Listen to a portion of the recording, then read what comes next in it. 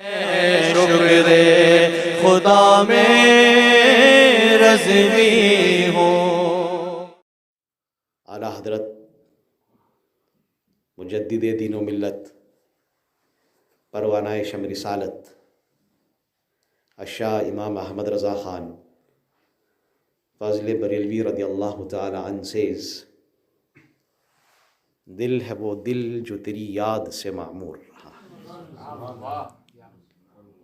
ये एक मिसरा आप समझ जाए तो सिद्दीक़ अकबर को आप समझ चुके।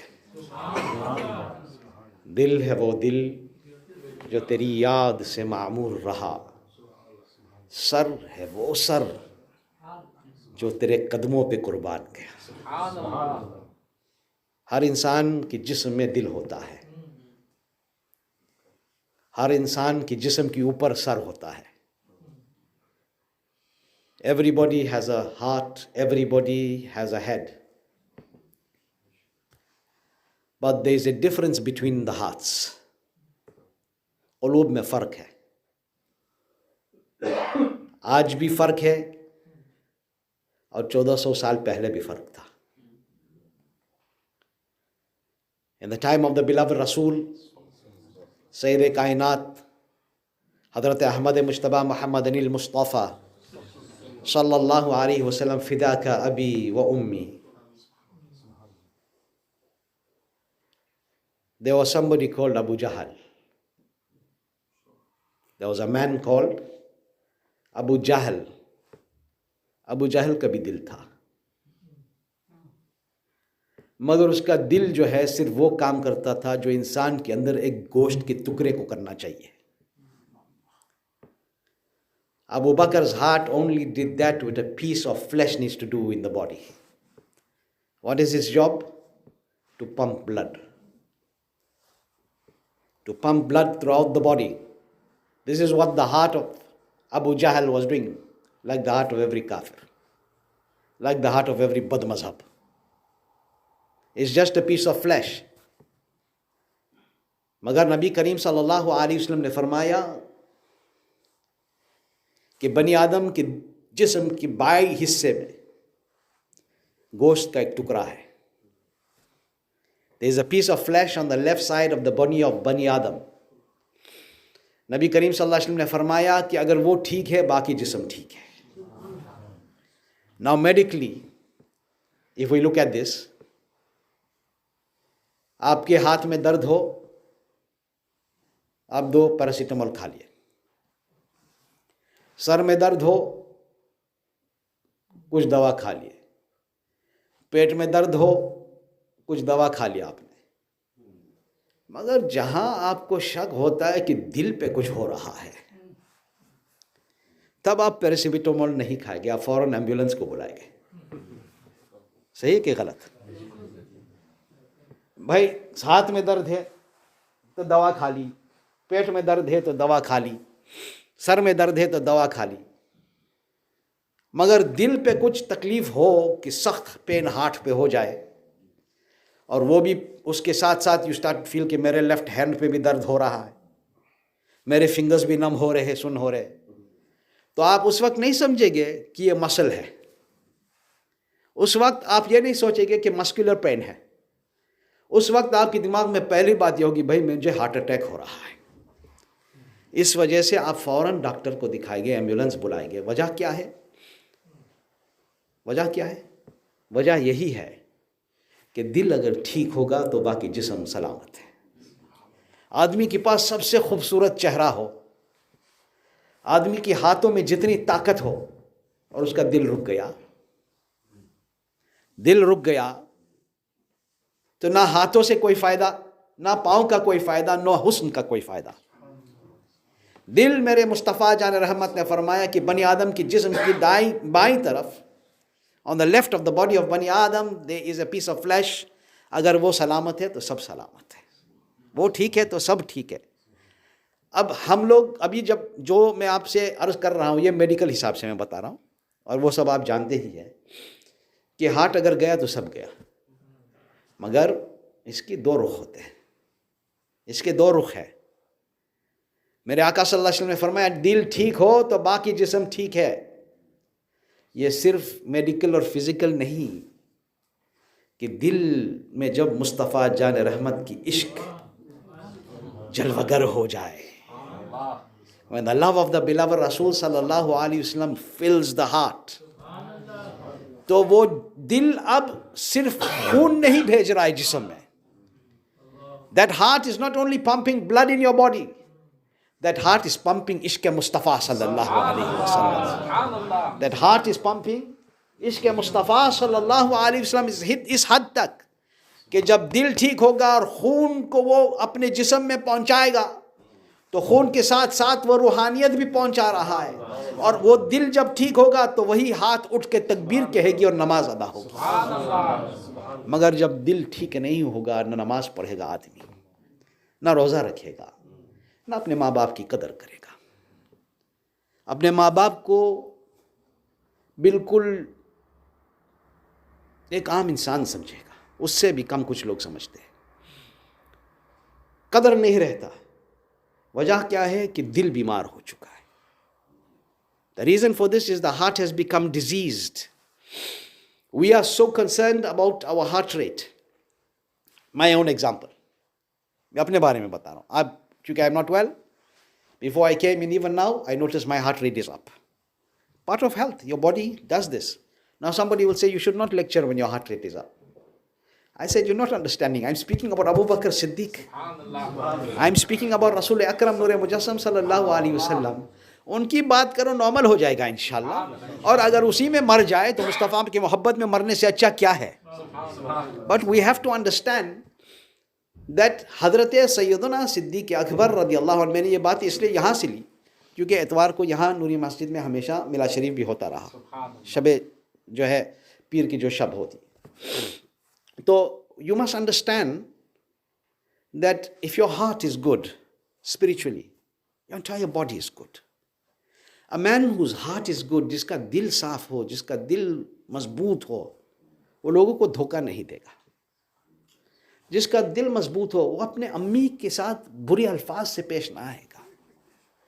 जिसका दिल ठीक हो, वो अपने वालिद को धोखा नहीं देगा. जिसका दिल ठीक हो, वो जिना नहीं करेगा. जिसका दिल ठीक हो, वो जुआ नहीं खेलेगा. जिसका दिल ठीक हो, वो शराब खाने में जाने की बजाय खुदा की घर की तरफ आएगा. इसका मतलब क्या है? What does it tell us? It tells us the first state of रूहानियत, the first stage of tasawwuf is पहले दिल को ठीक करो. First fix the heart. Siddiq Akbar रज़ी अल्लाह अन्हु 16 साल की उम्र से, सिद्दीक़ अकबर रज़ी अल्लाह अन्हु 16 साल की उम्र से आका करीम सल्लल्लाहु अलैहि वसल्लम की कदम नाज से लग गए. आका करीम सल्लल्लाहु अलैहि वसल्लम की कदम नाज से लग गए. और जो कहा जाता है कि दिल को निछावर किया जाता है, तो सिद्दीक़ ने ऐसे निछावर किया कि क़यामत तक कोई इसे निछावर करने वाला मिलने वाला नहीं. यही वजह है कि हज़रत सैयदना शेख मुहक्किक अलल इतलाक़ शेख अब्दुल हक मुहद्दिस देलवी रज़ी अल्लाह अन्हु फरमाते हैं कि दुनिया में रसूल पाक की तरह कोई पीर पैदा नहीं हुआ. दुनिया में रसूल पाक सल्लल्लाहु अलैहि वसल्लम की तरह कोई पीर पैदा नहीं हुआ और सिद्दीक़ अकबर की तरह कोई मुरीद पैदा नहीं हुआ. आप समझे इस बात को? बड़ी बात है, बड़ी बात है. आज लोग दावा करते हैं हम मुरीद है किसी कामिल शेख के. ये शर्त है कि शेख कामिल हो. आज लोग मुरीद होते समझ नहीं पाते कि मुरीद की मीम से क्या मतलब है. शेख कामिल जो होता है, मुरीद जब अपने हाथ को अपने शेख कामिल के हाथ में देता है तो वो अपने आप को बेच डालता है. He sells himself in the hand of his sheikh. And that is why if you want to learn how to honor the mashayikh, go back into the court of Abu Bakr Siddiq radiallahu anhu. दरबार सिद्दीक़ अकबर में जाइए. उनका दिल, अल्लाह अकबर, वाक़ई में दिल है वो दिल जो तेरी याद से मामूर. 16 साल की उम्र से हज़रत अबू बकर सिद्दीक़ रज़ी अल्लाह अन्हु आला हज़रत अदीमुल बरकत इमाम अहले सुन्नत फरमाते हैं अपने फतावा रज़विया शरीफ में, आला हज़रत सेज़ इन फतावा रज़विया शरीफ फ्रॉम द एज ऑफ 16 हज़रत अबू बकर सिद्दीक़ रज़ी अल्लाह अन्हु अटैच्ड हिमसेल्फ टू द कदम नाज़ ऑफ रसूल पाक सल्लल्लाहु अलैहि वसल्लम। यह नहीं कि अपने हाथों के को मुस्तफ़ा की कदमों में रखा, यह कि अपने दिल को मुस्तफ़ा की कदमों में रखा। He kept his heart at the Kadam of रसूल पाक सल्लल्लाहु अलैहि वसल्लम।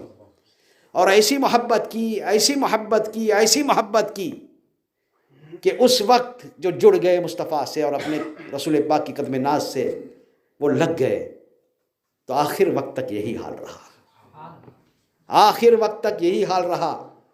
और सुबहान अल्लाह, ऐसी मोहब्बत, ऐसी मोहब्बत कि मेरे मुस्तफ़ा सल्लल्लाहु अलैहि वसल्लम फरमाते कि अबू बकर अबशिर, खुशखबरी हो तुम्हें अबू बकर। ए अबू बकर मैं देख रहा हूं, ए अबू बकर गोया कि मैं देख रहा हूं कि जन्नत के दरवाजे पे तुम खड़े हो के मेरी उम्मत की शफाअत फरमा रहे हैं। It is as if you are standing at the door of Jannah and you are interceding for my ummah. Allahu Akbar, क्या शान है। ये वही Siddiq Akbar, this is the same Siddiq Akbar रज़ियल्लाहु अन्हु who is resting in the पहलू मुबारक of रसूल पाक सल्लल्लाहु अलैहि वसल्लम। 16 साल की उम्र से साथ दिया, आज भी वही।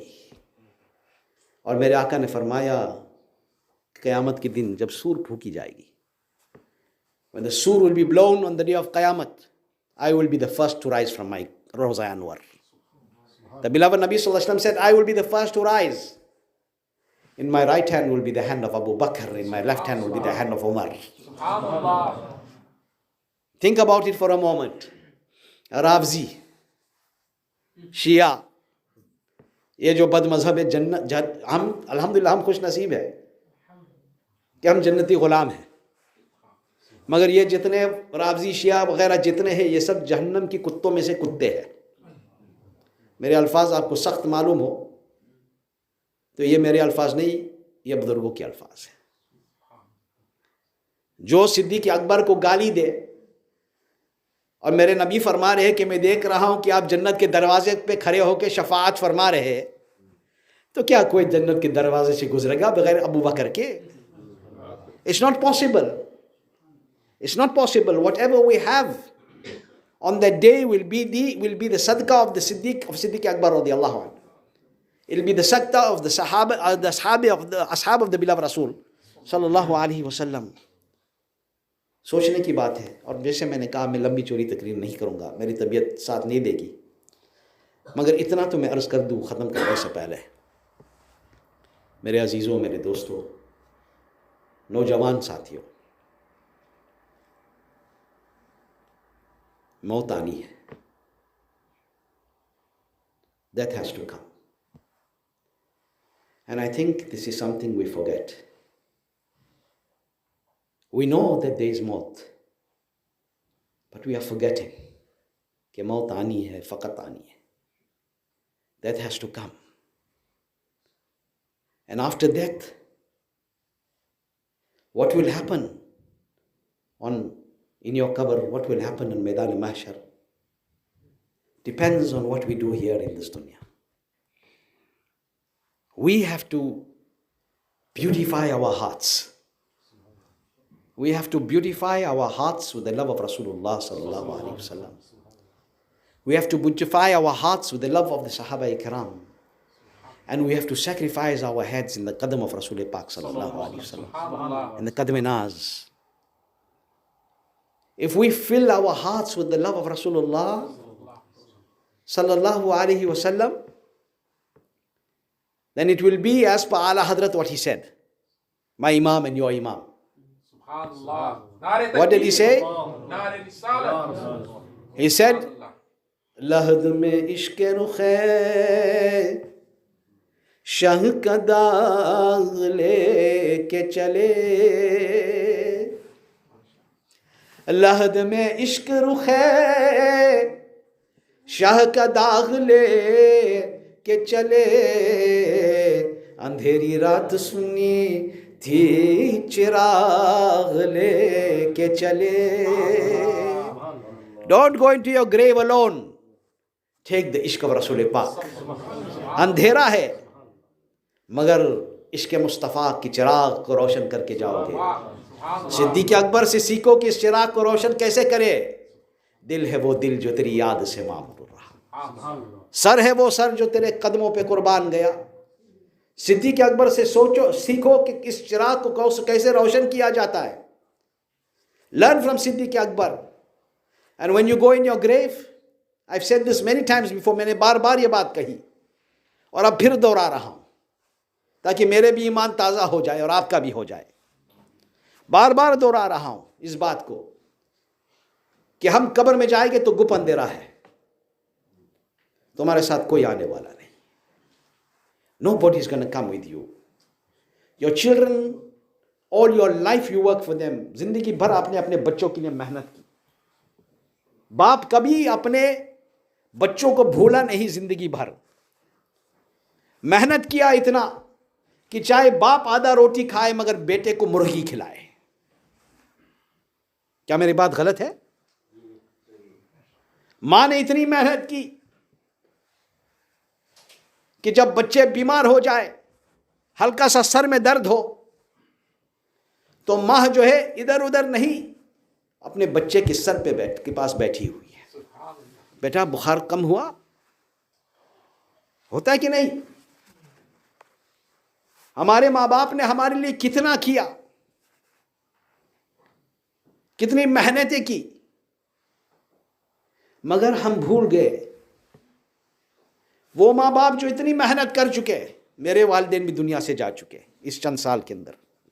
अल्लाह उन दोनों की मग़फ़िरत फरमाए। जितने मेहनत करे, कोई बाप या माँ अपने बेटे को कह दे कि बेटा मुझे जब कब्र में लिटाया जाएगा, तुम 2 घंटे के लिए मेरे साथ आके लेट जाना, मेरे पास आके रह जाना। मैंने तुम्हें बचपना से गोद खिलाया, मैंने दूध पिलाई, मैंने तुम्हारी ज़िंदगी में कोई कमी नहीं की, मैंने कभी तुम्हें खाने में कोई कमी होने नहीं दी।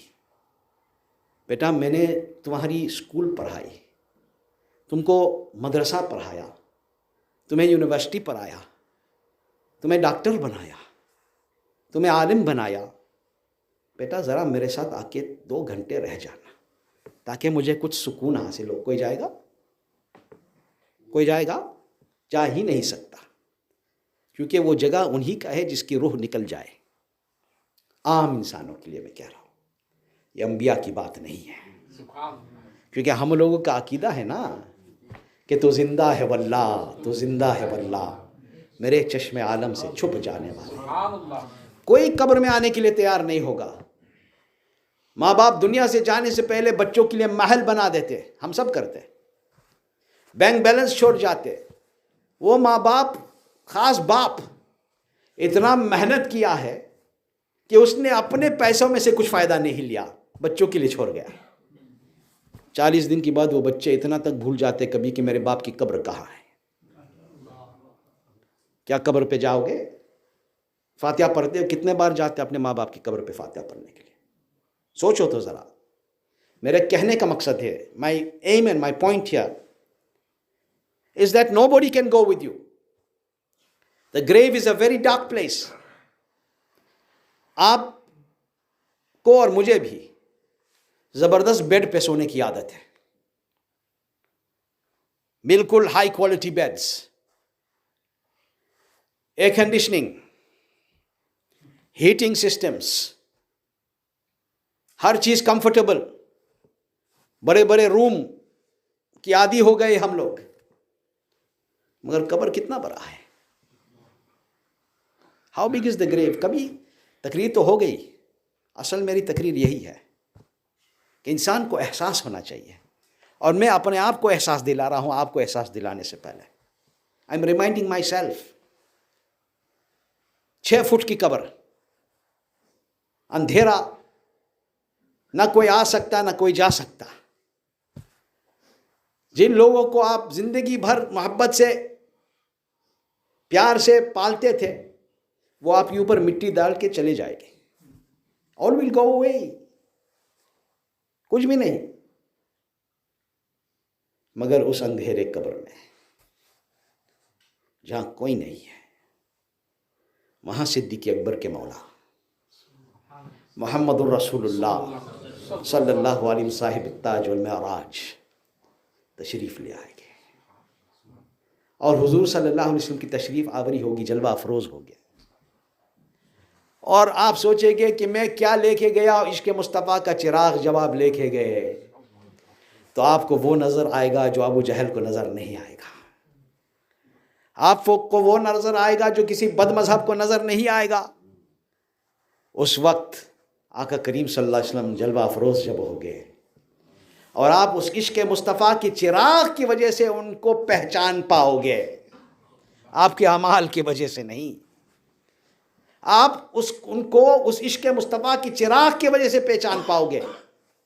और जब उनको पहचान के कहेंगे कि ये मेरे प्यारे आका सल्लल्लाहु अलैहि वसल्लम हैं, जवाब जब दे और बिल्कुल सही जवाब, तो वो कब्र जो अंधेरा था, वो कब्र जिसमें कोई और आ नहीं सकता, उस कब्र का क्या हाल होगा। मेरे आला हज़रत अज़ीमुल बरकत फरमाते हैं कि जब आका करीम सल्लल्लाहु अलैहि वसल्लम जलवा अफरोज़ हो गए तो उस वक्त कब्र में लहराएंगे ता हश्र चश्मे नूर के, कब्र में लहराएंगे ता हश्र चश्मे नूर के, जलवा फरमा होगी जब तलअत रसूलुल्लाह की। मगर ये सब उस वक्त होगा, उस वक्त होगा कि तेरे ग़ुलामों का नक्शे कदम है राह खुदा।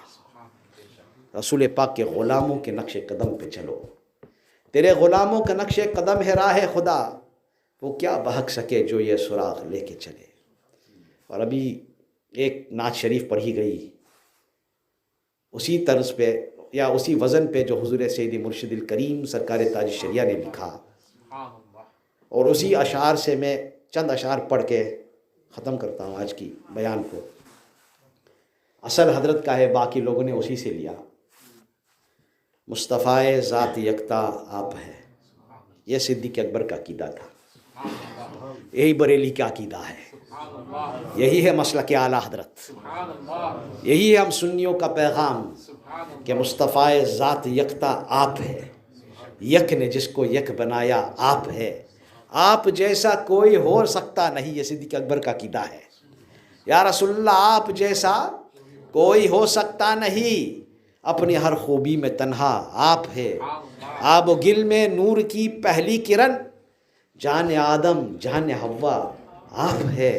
और या रसूलल्लाह सल्लल्लाहु अलैहि वसल्लम ज़ैब व ज़ैन खाक फ़ख्र खाकिया ज़ीनत अर्श मुअल्ला आप है, और आपकी तलअत को देखा जान दी, आपकी तलअत को देखा जान दी।